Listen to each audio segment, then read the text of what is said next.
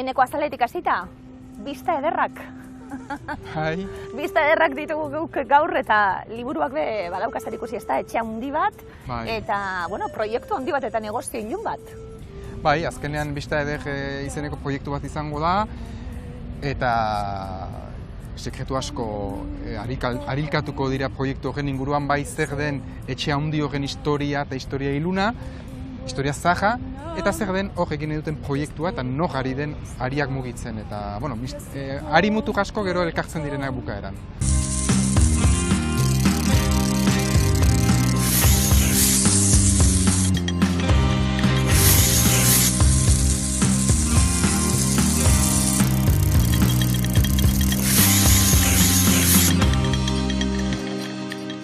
Tituluak berak ere argituko digu, Lapurdin kokatuta istorioa, bueno, bista eder, euskaraz gabiltz, baina frantses grafia horrekin. Bai, islatzen du nolabait euskararen egoera Lapurdin eta Ipar Euskal Herrian oroak eta euskaldunek bizi dutena nola bizi duten euskaldun izatea Lapurdin eta baita ere Nafarroa beran eta Zuberoan, ez? Azken finean hizkuntza gutxitua izateaz aparte, bai, dekoratzeko erabiltzen dena, baina beti frantsesei begira eta euskara idatzizko hizkuntza izan daitekelako aitortzarik egin gabe, ez? Eta bueno, hori guztia eta gauza gehiago islatzen ditu tituluak, bai, zer den euskalduna izatea Lapurdin, zein den euskararen egoera, zein den euskarari egiten dioten tratua Lapurdin, islatzen da ortografia horren bitartez. Bueno, azpigai asko euretako bat hori izango da. Kazetaritza lan bat izango da itzakia gainera ikerketa bat aurrera eramango du, Inobut izeneko pertsonaiak. Kazetari izandako bat zeu, neko urte askotan, orain Mondragon Unibertsitatean, ikusentzunezko komunikazioan irakasle, ze modu aldaketa? Bueno, azkenean harremana mantentzen da kazetaritzarekin, kazetaritza eta kazetaritzari lotutako gauzak irakastea delako nire lana. Orduan aldaketa, bueno, desberdina da alde batetik kazetaritza ez delako egiten, baina bai etorkizuneko kazetaria formatzen aritzen gara, eta gero, bueno, ematen du tartea bestelako ikerketa lanak egiteko, bestelako kazetaritza da zurrunbiloa egunerokoa, dena azkar egin behar da, berehala, eta unibertsitateko irakasle izan da, badu patxada gehiago, lan asko bada ere egiteko, baina patxada gehiago ikerketa sakonagoak egiteko eta denbora gehiago luzatzeko. Zenbat gogo eta profesioari buruz geuk, liburuan be bai, zeuk ere egiten dituzu eta pertsonai hori aitzakiatzat hartuta, bueno, egingo da profesioari buruzko gogoetak be bai. Historia esan duzu, zeure saiakerak, zeure kronikak, badago historiatik eta badago, bueno, zeure gustuko gaiak izan direnetatik asko liburuan be bai. Bai, azkenean nik anitz landu ditudan gaiak dira azken urteetan hor ere agertzen direnak, izan daitezke hainbat gerla, izan daitezke gauza berriagotako gauzak, euskararekiko kezka, Euskal Herriko egoerari buruzko kezka, bueno, bai nire gogoetak, lehenagoko ikerketak eta abar biltzen dira bai. Ze gogo, liburuari buruz hitz egiteko bai, baten bat batuko zaigu? Bai. Nor gonbidatu duzu, elkarrizketara? Sara Iriarte, oraintxe disko bat atera du Katxalin eta Nenunfarrak taldea sortu dute, Sara Iriarte da nire ikasle ohi bat, eta haren taldekide bat baita ere, bere gelakide bat, eta uste dut oso lan polita grabatu dutela, eta hura gonbidatu dut. Jauregitik ahal bezain bat baztertu da Einaut, zer gerta ere. Erlaitzaren egian utzi du autoa, argazkilariak belarra uinaren irudiak hartzeko gelditzen diren gunean. Eneko ari asko, esan dugu, askatuko diren ariak, bidea luze izango da, hala ere, eta abiapuntu bat zein, abiapuntu pare bat jarriko dizkiguzu, amu pare bat izango ditugu. Bai, liburuaren abiapuntua da gaztelu jauregi hobeki errateko jauregi zahar batean, azken jabea hiltzen dela, 90 urtekin, eta ez dauka oinordekorik, edo, hor gelditzen den misterio bat. Eta gero, hasten da protagonista izango dena liburu honetan Einaut, jaten dio, handiko 20 bat urtera. Badago jauregi abandonatu bat hemen ondoan, eta proiektu bat omen dago ikertuko duzu pixkat horri buruz. Eta hor sartzen dira bi galdera nagusiak. Bat, zer da jauregi horretako, jauregi abandonatu horren familiaren historia, jauregi horren historia zer da, zergatik bukatu du familia horrek bukatu duen bezala, eta hor, behin tapa altxata, barnean gauza zikin asko eta gauza gainerateko asko ateratzen da. Eta bigarren galdera, eta ze proiektu egin nahi dute hor, ez dago misterio handirik Lapurdi kostaldean kokatuta, badakigu alako toki batean nolako proiektu mota izan daiteken, baina bueno, proiektu hori nork egin nahi du, zeari mugitzen du proiektu hori aurrera eramateko, eta hor ere beste trapuzikin andana bat aurkituko da bidean. Eta ordan bi istorio horiek gurutzatzen dira liburu honetan. Hori da, hasieran esaten dugulako zein da gizon hau, ze gertatu da etxe horretan, etxe horretako biztanleak nortzuk dira, kuadroetatik begira daudenak nortzuk dira, hori jakin nahi dugu, baina gero esandako etxe horrekin ze gertatuko da, eta hor negozio ilun baten abiapuntua egongo da, pertsonai ezberdinak esan duguna, eta gian hori izango da liburua irakurrita gero, dan hori datorkigun lehenengo galdera sortzaileari eta idazleari. Zenbat lan eneko pertsonai hauek guztiak egiten, guztiek dutelako zeresana esan duguna trama handi horretan, eta euren artean eszena ezberdinek, eta gertakari ezberdinek, eta bizipen ezberdinek eramango gaituzte, esan duguna, misterio hori argitzera. Bai, pertsonaiak ez ditut pentsatu, hasiko naiz pertsonaia zerrenda batetik, eta ez, pixka bat, bi galdera horietatik abiatuta, bi galdera horiek argituko duten historio hori guztia eraiki behar zen, eta historio horrek nahi ala ez bazituen hainbat protagonista, batzuk lehen mailakoak, beste batzuk bigarren mailakoak, eta batzuk behin edo bi aldiz agertuko direnak, ez? Batetik, biztan da, gazte jauregi horretako familia eta familia horren genealogia behar zuena nahiko zabala, hain zuzen, jauregi horrek ez du jabe bakar bat, baditu ezakitzen bat, sakabanatuta munduan gaindi, eta ez dutenak elkarrekin ahemanik, orduan hor behar zen familia bat nahiko zabala. Eta gero, galdera bakoitzak sortu behar du beste bat, azken finean konparatuko nuke Gaztelu liburu honen aria, piskat jauregiak gela asko ditu, eta gela bakoitzak badu ate bat, isteko, bat irekitzeko, eta hemen ere agertzen diren pertsonaia guztiak edo eszena guztiak dira ate bat ireki eta isten direnak, eta batzutan galdera honi argitzeko pertsonaia hori sartzen duzu, eta gero horrek sortzen dizu beste galdera bat, eta beste pertsonaia batek ematen dizu erantzuna. Baina azken finean eskema da gehiago bi misterio gurutzatu horiek eraikitzea, eta horretarako sortzen dire pertsonaiak behar denaren arabera.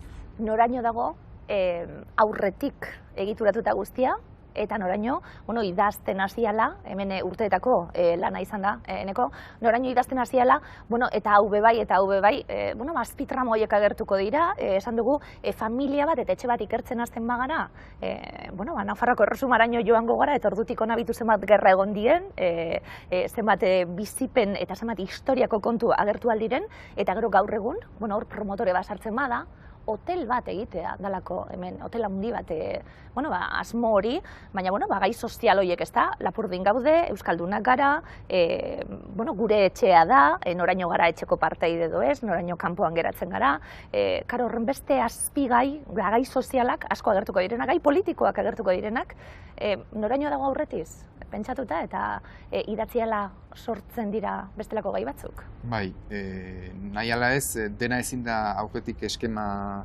batean egon, abiatu, denetaz, prozesu guztia zen ez gogoratzen zehazki, baina abiatu nintzen eskema batekin, gutxi gora berako eskema batekin, eta hori gehiago sakondu, eraiki, oinarrizko pertsonaia batzuk eraiki, haien biografia bat ere idatzi, eta behin halako eszena batzuk, toki batzuk, edo pertsonaia batzuk horiei bizi ematen diezunean, hor idazten ere hasi nintzen, eta horietako testu batzuk liburura ere pasa zitezkeen, ez? Eta gero, hasiko naiz pixka bat idazten, eta gero berriz begiratu atzetik, eta, ari batzuk findu, beste batzuk kendu, beste batzuk gehitu, hor izan da, etengabeko joan etorri bat eskemara, testutik eskemara, eta, dena finduak, denik konparatuko nuke,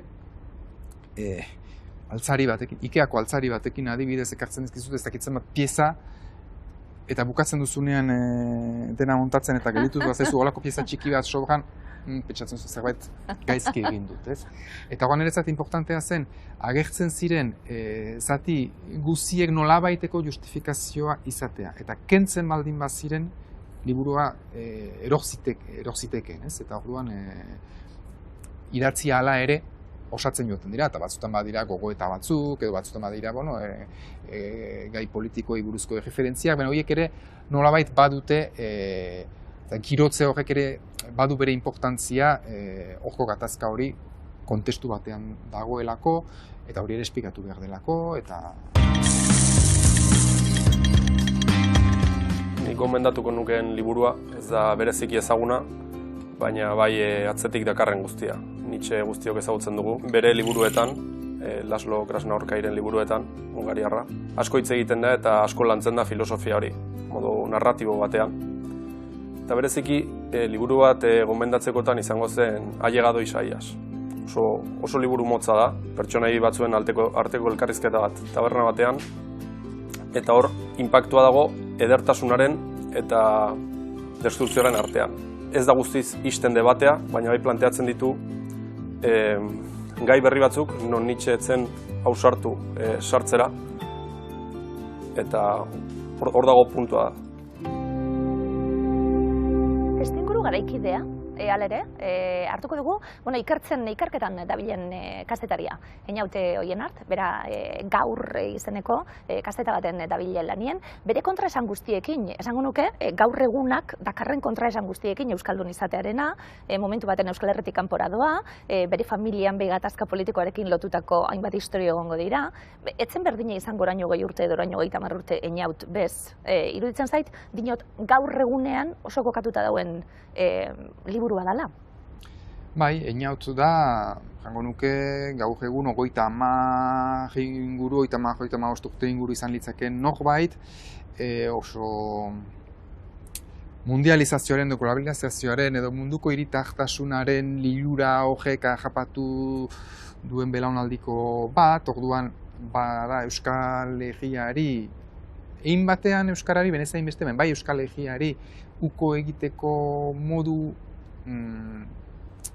ez duela 20 urteko bat, badago beste pertsonaia importante bat, hortan pixkat ispilu dena Einautekin Eugeniak ere uko egin zion Euskarari, baina beste arrazoin batzuengatik, eta Einautena da gehiago, ni ez da begirik, eta gero hartuko da, baietz, ez dela nazio gatazkarik gabeko egirik, eta itzuliko da Euskal Herria eta ulertuko du eta kontzientzia bat hartuko du benen. Bai, bada gaur egungo, ez dago mugarik, ez dago hiritartasun hori bilatzearen eta geu moderno izatearen kontu hori, bere gurasoak ezberdinak izango dira noski, oso lotuta egongo direlako egoera eta gatazka zehatz bati, euren zauriekin, euren minekin, euren arazo guztiekin, da gero esan duguna, hotel hau egiteko inguruko lurrak ere, ez dalako izango etxea barriztu bakarrik, inguruko lur guztiak ere nahiko ditu promotore gaizto batek, gaiztu edagolako hemen bai, estereotipoe jarraituta, eta euren artien, laborari ezberdinak egongo dira, oso fidelak izango dienak euren pentsaerari, eta esan duguna, beste emakume bat bai, hasieran, hortxe egongo daia gertatzen den, gero egingo da, gaztelua okupatzen dauden gazteen lagun bai, eta beste testu inguru bat, ez da, Espainiako Gerra Zibiletik aldegindako, bastandar baten alaba. Bai, hala da, eta azkenean ikusiko dugu lekuko dela, baina ez lekuko bakarrik, ez dugu sekretu guztiak ez dugu kontatuko, baina lekuko hori ezinbesteko giltzagia da historio honen ari guztiak nolabait korapilatzeko, ez? Eta pertsonaia importante bat da hori Eugenia, eta hor, azken finean aipatu zu, ez, 36ko gerra eta abar, eta beste hainbat gerla aipatzen dira, eta nik uste dut historiak duen kate begiko kate bat dela azkenean, eta gauza bakoitzak esplikatzen duela gero etorri dena eta edo lehena gotik etorri zena, ez? Eta nik uste hori ere nolabait islatu nahi izan dudala, ez dela gara isolaturik, ez dela pertsona isolaturik, bizi garela batetik orainaldian sare handi batean, komunitate batean, hainbat komunitateen arteko gurutzaketan, bizi garela ere denborak ekarri gaituen zer batetik. Eta hor badira pertsonaia batzuk hainbat garaitan zerbait egin dutenak, hainbat garaitan badutenak beren funtzioa, eta ikusiko du ze lotura izan diren, eta fikzionatuta dago hori guztia, ez? Zenbait eskuinmutugarekin lotutako gauzak eta fikzionatuta daude, baina azken finean egiazko gertakari batzuk aldatuta daude, jena edute, hortan dokumentatuta da, ez direla guztiz asmatutako gauzak, ez. Sentsazio hori, badaukalako irakurleak amaituta bai, ze lotura dauen, ezta? Nondik gatozen historia errepikatzen desaten dugunien, baietz, zauriak hor dauz, eta errepikatzen dira, eta guztiak eragina dauka. Fikzioa errealitatea kontatzeko. Fikzioa da, bizta eder, atzera begira gauz, etxe zoragarri horri bere historia daukan, eta Bigarren Gerra Mundialin eta naziek eta egon da hor, aipatzen zube bai, baina oso ezaguna zen etxe baten etxara sartu. Sortu egin dugu, baina honi guztiari buruz hitz egiteko. Hori da, bai, izan ziteken gaztelu honi buruzko, edo hor kokatzea, baina existitzen den etxe baten historia ezin da asmatu. Nik orain liburu honetan gertatzen diren gauzak edo dauden pertsonaiak edo jarriko banituzko hemen, ez da egia. Eta orduan, segurazki horko gaztelurrek badu bere historia, ikertu behar da, eta hor benetako historia batetik fikziozko literaturako lan bat egin liteke, baina nire abiapuntua etzen benetako jauregi baten historia ikertzea bezik eta asmatzea. Eta orduan, hoberena da jauregia guztiz asmatzea. Bueno, buelta emango diot galderari, bale? Nik saiatu naiz La muerte de Virgilio irakurtzen 7-8 aldiz da liburu horietako bat irakurri beharrekoa, baina nik gorrotagarria egiten zait eta ezin dut bukatu eta beti utzi dut erdian. Herman Brotz da idazlea eta La muerte de Virgilio titulatzen da, bere nobelarik kanonikoena, bai. Ziurazki Gabriel Aristiren Harri eta Herri. Nire etxean aldizkariak eta egunkariak izaten ziren, baina libururik ez. Guk hartzen genituen liburutik hartzen genituen liburuak. Eta 15 urte nituela lagun batek oparitu zidan hauxe, Harri eta Herri, eta oraintxe oraindik hantxe daude, hantxe dago liburua. Nire libururik gogokoena, kutxunena, Irati Jimenezen Nora ez dakizun hori da.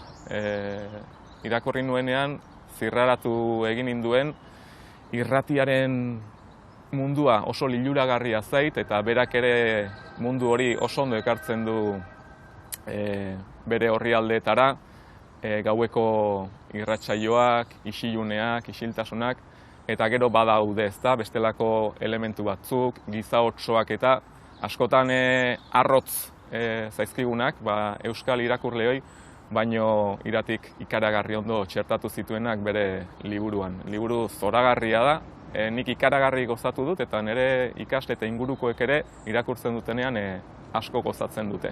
Irakurraldi asko egin dizkiot liburuari eta aldiro izugarri gozatzen dut. 3 hegaldi, 20tik gora ordu laino guztien gainetik.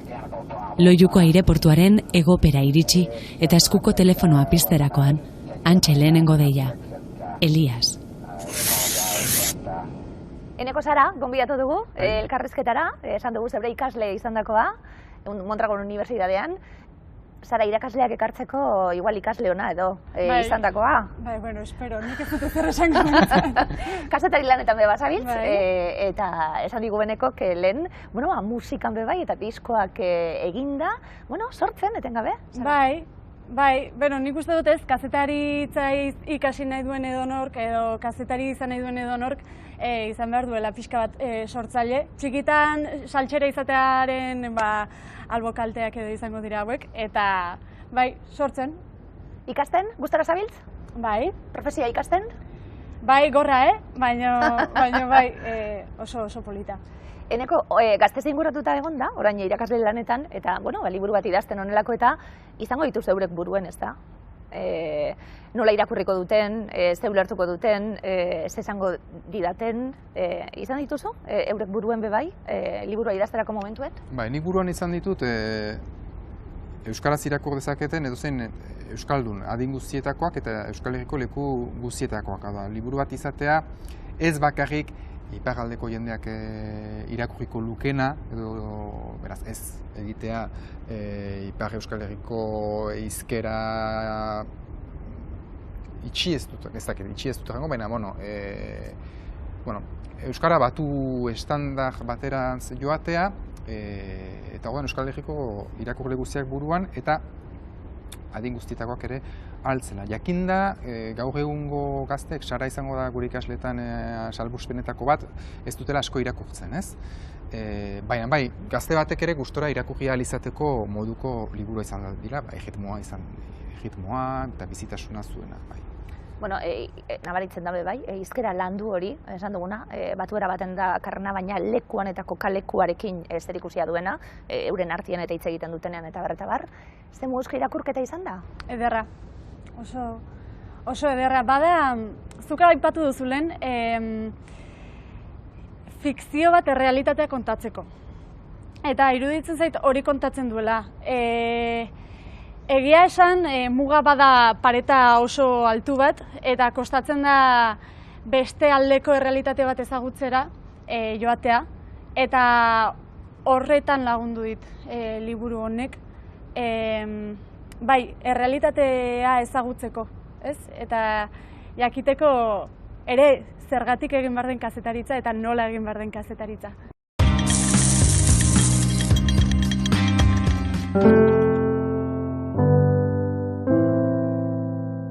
Ni bolara batean gaixo egon nintzen, gaixotasun luze xamar batekin, eta orduan oso umetan zan hori, ez dakit, 6 bat, 7 bat urtekin, eta frantseseko andereñoa, etortzen zan egunero etxera, niri liburuak irakurtzera. Eta orduan, adibidez, lehendabiziko gogoratzen dudan nola sensazioa irakurketaren plazerarena, Julio Verne da, berak irakurtzen zidan Julio Verne frantsesez. Eta egia esan gainera hori oso kurioso da, zenik oso berandu arte, gero, enintzen konturatu ni Julio Verne, Jules Verne zala. Zeka, nik frantseseko andereñoarekin ikasi nuen hori, eta beraz, niretzat gizon hori Jules Verne zan da. Enintzen konturatu berandu arte, gaztelaniazko Julio Verne tipo bera zala. Orduan hori izan zen hasiera, eta gero inglesarekin nola hasi ginen irakurtzen, literatura lanak, inglesera egokituta zaudenak, alegia ez benetakoak, baizik eta laburtuak, ez. Eta bestela, lehenengo irakurketak asko izan dira, lehendabizi izan duan Jules Verne horrekin bezalaxe, abenturetakoak, ez. Gure garaian ere zeuden gazteentzako gaur egun dagoen aukera hain zabala, ez? Baina zegoena oso ondo zegoen. Nik hori gogoratzen ditute abenturetakoak, eta gero, klaro, nola zian, Los 5 entorres de Mallory, eta Edith Blytonen liburu pilo bat, horiek ere gaztelaniaz irakurritakoak gehienak. Hizkuntzarekiko zaletasunan ikuste dut oso umetatik datorkidan gauza badala. Horren kontzientzia askoz beranduago izan dut, baina hizkuntzekiko zaletasuna eta hizkuntzekin ondo moldatzen nintzela eta disfrutatu egiten nuela hori oso gaztetatik daukadan zerbait da.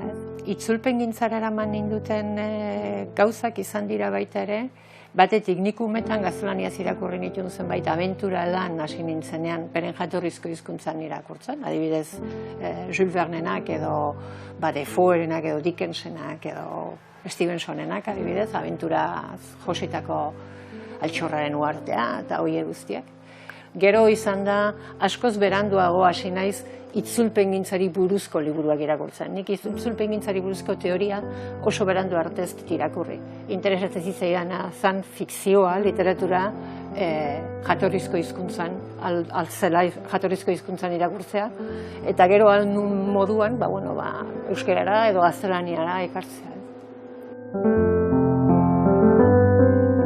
Arribitxien artean niretzat autore bat Sebald da, nik Austerlitz itzuli dut autore horrena, baina autore horren edozein lan da benetan Arribitxia. Nire ustez azkenengo bolaran gero eta gehiago jotzen ari naiz ekialdeko Europako alemanez idazten duten ekialdeko autorengena. Adibidez, badago baita ere orain Ukraina,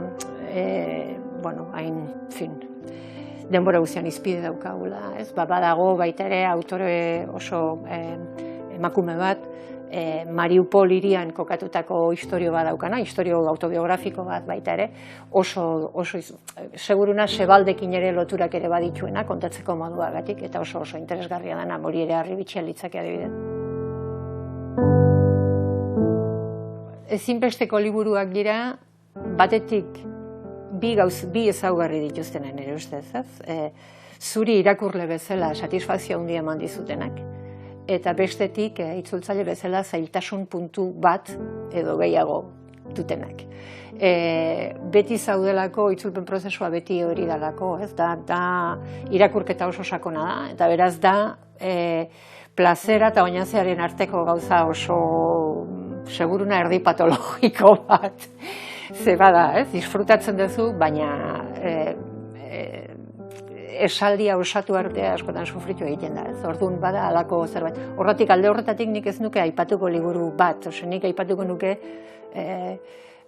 literatura da alde horretatik, Arribitxia benetakoa literatura da. Eta hori zure hizkuntzara edo zure hizkuntzetara ekartzeko aukera hori da benetako Arribitxia niretzat.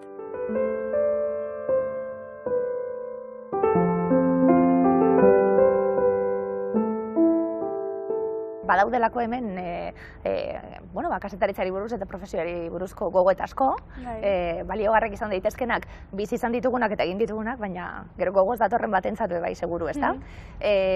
Zara, zer da gozagarrien egin zaizuna?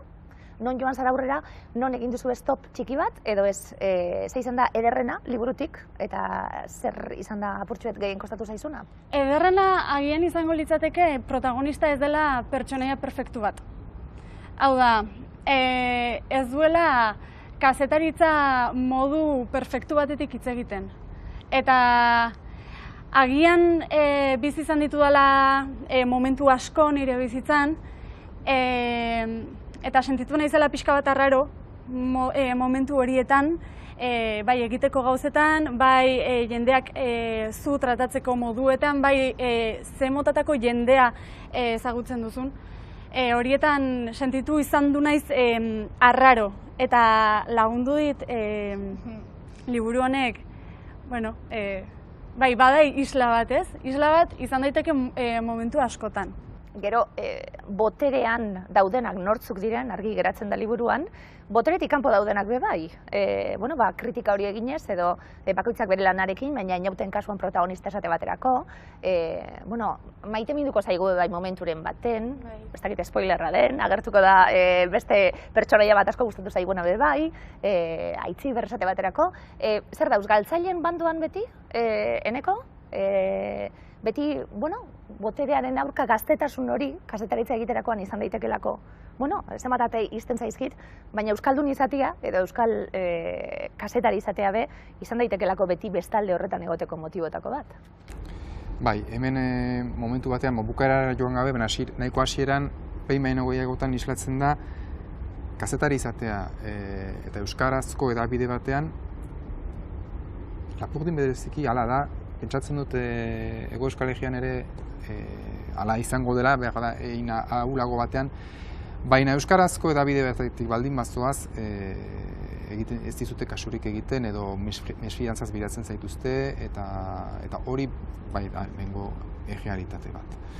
eta galtzailearen hori ere beti ohitu gara, beti eskean, beti bojokan, eta generan lojpenik ez, edo lojpen imino batekin behar izatea postu sekulako garaipena balitz bezala, eta, bueno, bai, eta orduan badaude... Bertsio ofizial horiek ez zaizkizu iristen, edo filtrazio horiek ez zaizkizu iristen. Kasu honetan Einautek lortuko du, filtrazioren bat edo beste, bai, bere biografiari esker. Zein da gehien gustatu zaizun pertsonaia, Sara? Eugenia. Eugenia, baina esan dezaket zergatik? Ez da spoilerrik... Baimena daukagu. Bai, Eugenia da bada pertsonai bat bere hizkuntza abandonatu zuena. Eta pertsonaia guztiek dira oso interesgarriak eta badira benetan iruditzen zaizkit oso estruktura polita dutenak eta zerbait erakusten dutenak eta denak direla garrantzitsuak eta oso errealak benetan. Eta Eugenia bada horietako bat, emakume oso potentea, eta bere hizkuntza abandonatu zuena eta pixkanaka goaz bere historia ezagutzen. Iruditzen zait liburu honekin egin daitekela beste milaka liburu pertsonaia bakoitza ardatz hartuta. Eta Eugeniarena gustatuko ditzaidak ere irakurtzea. Horretarako bat ematek idatzi beharko du.